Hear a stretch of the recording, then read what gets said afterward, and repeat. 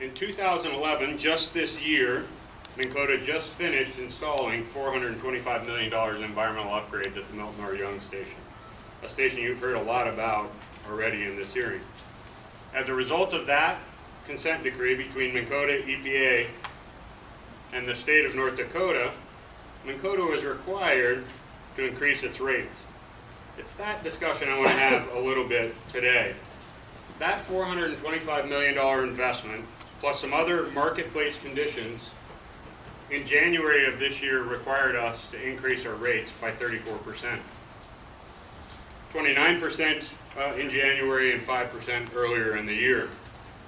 So I've had the pleasure in the last 9 months of spending time on the road trying to talk to hundreds of individuals about why that happened. In the course of those discussions, I heard from numerous business interests, schools, elderly, fixed income individuals, and any number of others that have indicated that if rates continue to go up, they're going to be faced to make difficult decisions regarding the future of either their business, their home choices, or others. If EPA adopts what it's talking about today in its plan, there is no doubt that those rates will continue to go up. And there is no doubt that I'll be back on the road again trying to explain to those consumers what's happening.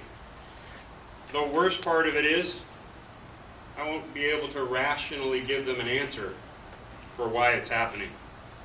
Let me explain one.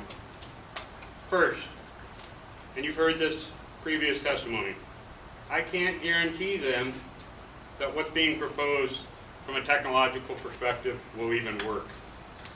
Despite EPA's claims in the FIP that selective catalytic reduction will work on the Milton R. Young station, we stand firm that there is no technical feasibility associated with that. Catalyst vendors, which you heard earlier, have indicated to us that they will not guarantee, under the current conditions, the use of SCR in our facilities. EPA's response to the catalyst issue in the FIP is that this is merely a cost issue. We disagree. We've spent a considerable amount of time, both experts and others, trying to identify the ultimate question that EPA has put on the table associated with SCRs. We cannot get there.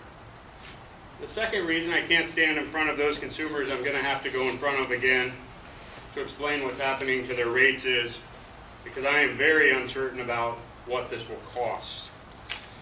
Our experts, and we've submitted it as a part of the package the state of North Dakota put in its amendment, indicates that we could see $300 to $700 million in increased costs for the installation of SCRs, where the various installations of those come in at near $500 million.